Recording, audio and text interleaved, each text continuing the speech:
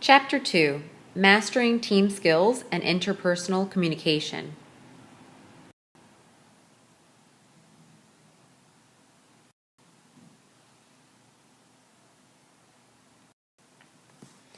Collaboration, working together to meet complex challenges, has become a core job responsibility for roughly half the U.S. workforce. No matter what career path you pursue, it's a virtual guarantee that you will be expected to collaborate in at least some of your work activities. Your communication skills will pay off handsomely in these interactions because the productivity and quality of collaborative efforts depend heavily on communication skills. A team is a unit of two or more people who share a mission and the responsibility for working to achieve their goal. You will participate in teams throughout your career, so developing the skills to communicate successfully in team settings will give you an important advantage. Businesses use a wide variety of teams, from short-term problem-solving teams to permanent committees that sometimes become formal parts of the organization structure. Some teams meet and work together in person, whereas others are virtual teams whose members work in different locations and interact through one or more electronic channels. When teams are successful, they can improve productivity, creativity, employee involvement, and even job security. Teams are often at the core of participative management, the effort to involve employees in the company's decision-making. The advantages of successful teamwork include increased information and knowledge, increased diversity of views, increased acceptance of a solution, higher performance levels. Although teamwork has many advantages, teams need to be aware of and work to counter the following potential disadvantages: groupthink, hidden agendas, and cost. Effective teams share a number of traits, including a clear objective, a shared sense of purpose, full engagement from all team members, procedures for reaching decisions by consensus, and the right mix of creative and technical talents for the tasks at hand. While all these traits contribute to team success, however, the single most important factor is how well the team members communicate. When a team collaborates on reports, websites, presentations, and other communication projects, the collective energy and expertise of the various members can produce results that transcend what each individual could do alone. However, collaborating on team messages requires special effort and planning. In any collaborative effort, team members coming from different backgrounds may have different work habits or priorities. To collaborate effectively, everyone involved must be flexible and open to other opinions, focusing on team objectives rather than on individual priorities. Most ideas can be expressed in many ways, so avoid the "my way is best" attitude when working with others. The following guidelines will help you collaborate more successfully. Select collaborators carefully. Agree on project goals before you start. Give your team time to bond before diving in. Clarify individual responsibilities. Establish clear processes. Avoid writing as a group. Make sure tools and techniques are ready and compatible across the team. Check to see how things are going along the way. A variety of tools are available to help writers collaborate on everything from short documents to entire websites. The simplest tools are software features such as commenting, which lets colleagues write comments in a document without modifying the document text, and change tracking, which lets one or more writers propose changes to the text while keeping everyone's edits separate and reversible. The widely used Adobe Acrobat electronic document system, PDF files, also has group review and commenting features, including the option for live collaboration. Collaborating on website content often involves the use of a content management system, which organizes and controls website content and can include features that help team members work together on web pages and other documents. These systems range from simple blogging systems on up to enterprise systems that manage web content across an entire corporation. Many systems include workflow features that control how pages or documents can be created, edited, and published. In contrast to the formal controls of a content management system, A wiki, from the Hawaiian word for quick, is a website that allows anyone with access to add new material and edit existing material. Teams and other work groups can also take advantage of a set of broader technologies often referred to as groupware or collaboration platforms. Aside from processes and tools, collaborative communication often involves giving and receiving feedback about writing efforts. Constructive feedback, sometimes called constructive criticism, focuses on the process and outcomes of communication, not on the people involved. In contrast, destructive feedback delivers criticism with no effort to stimulate improvement. Much of your workplace communication will occur during in-person or online meetings. To a large degree, your ability to contribute to the company and to be recognized for your contributions will depend on your meeting skills. Well-run meetings can help companies solve problems, develop ideas, and identify opportunities. Meetings can also be a great way to promote team building through the experience of social interaction. As useful as meetings can be, though they can be a waste of time if they aren't planned and managed well, successful meetings start with thoughtful preparation. The first step in preparing for a meeting is to make sure the meeting is really necessary. Meetings can consume hundreds or thousands of dollars of productive time and take people away from other work. So don't hold a meeting if some other form of communication, such as an email message, can serve the purpose as effectively.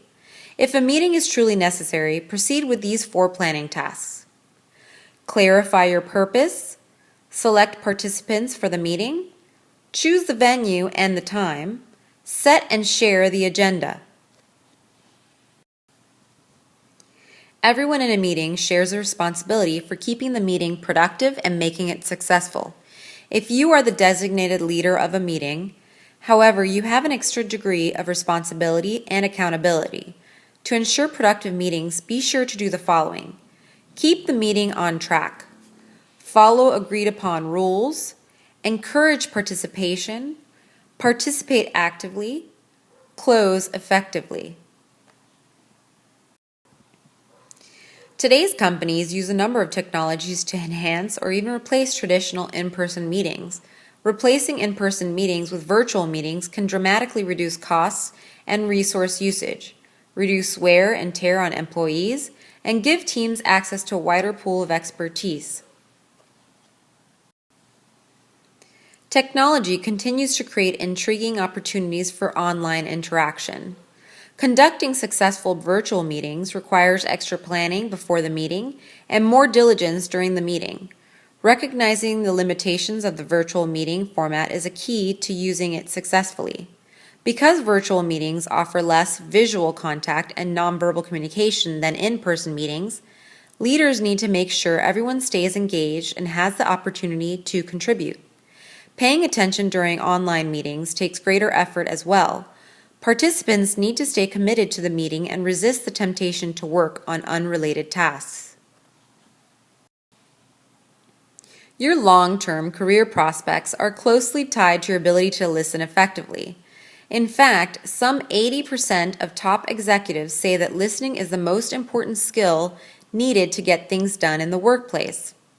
Effective listening strengthens organizational relationships, alerts the organization to opportunities for innovation, and allows the organization to manage growing diversity both in the workforce and in the customers it serves. Effective listening is also vital to the process of building trust between organizations and between individuals. Effective listeners adapt their listening approaches to different situations. The primary goal of content listening is to understand and retain the information in the speaker's message. The goal of critical listening is to understand and evaluate the meaning of the speaker's message on several levels: the logic of the argument, the strength of the evidence, the validity of the conclusions, the implications of the message for you and your organization, the speaker's intentions and motives, and the omission of any important or relevant points.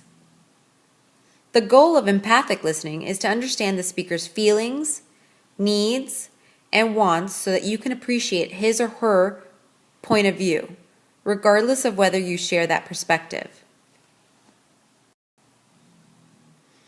Listening is a far more complex process than most people think, and most of us aren't very good at it. People typically listen at no better than a 25% efficiency rate. Remember only about half of what's said during a 10-minute conversation, and forget half of that within 48 hours. Furthermore, when questioned about material they've just heard, they are likely to get the facts mixed up. Why is such a seemingly simple activity so difficult? The reason is that listening is not a simple process by any means.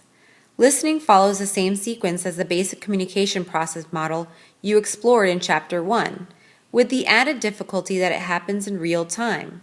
To listen effectively, you need to successfully complete 5 steps: receiving, decoding, remembering, evaluating, responding. Good listeners look for ways to overcome the many potential barriers to successful listening. Some factors you may not be able to control, such as conference room acoustics or poor phone reception. However, you can control other factors, such as not interrupting speakers, not multitasking when someone is talking to you, and not creating distractions that make it difficult for others to pay attention. And don't think that you're not interrupting just because you're not talking. Such actions as sighing or checking your watch can interrupt a speaker and lead to communication breakdowns. Nonverbal communication is the process of sending and receiving information, both intentionally and unintentionally, without using written or spoken language. Nonverbal signals play a vital role in communication because they can strengthen a verbal message when the nonverbal signals match the spoken words, weaken a verbal message when nonverbal signals don't match the words, or replace words entirely. You've been tuned in to nonverbal communication since your first contact with other human beings. Paying special attention to nonverbal signals in the workplace will enhance your ability to communicate successfully. Moreover, as you work with a diverse range of people in the global marketplace, you'll also need to grasp the different meanings of common gestures, expressions, and other signals in various cultures. 6 types of signals are particularly important: facial expressions, gestures and postures, vocal characteristics, personal appearance, touch, time and space. You may have noticed a common thread running through the topics of successful teamwork, productive meetings, effective listening, and nonverbal communication. They all depend on mutual respect and consideration among all participants.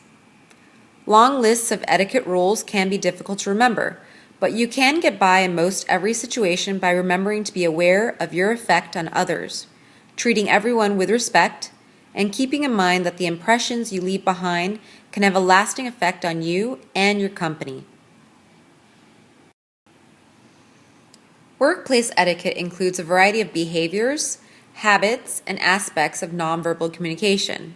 Although it isn't always thought of as an element of etiquette, your personal appearance in the workplace sends a strong signal to managers, colleagues, and customers. From business lunches to industry conferences, you may be asked to represent your company when you're out in public. Make sure your appearance and actions are appropriate to the situation. Get to know the customs of the culture when you meet new people. Electronic media seem to be a breeding ground for poor etiquette. Learn the basics of professional online behavior to avoid mistakes that could hurt your company or your career. Here are some guidelines to follow whenever you are representing your company while using electronic media. Avoid personal attacks. Stay focused on the original topic. Don't present opinions as facts, support facts with evidence. Follow basic expectations of spelling, punctuation, and capitalization. Use virus protection and keep it up to date. Ask if this is a good time for an IM chat. Watch your language and keep your emotions under control. Avoid multitasking while using IM or other tools.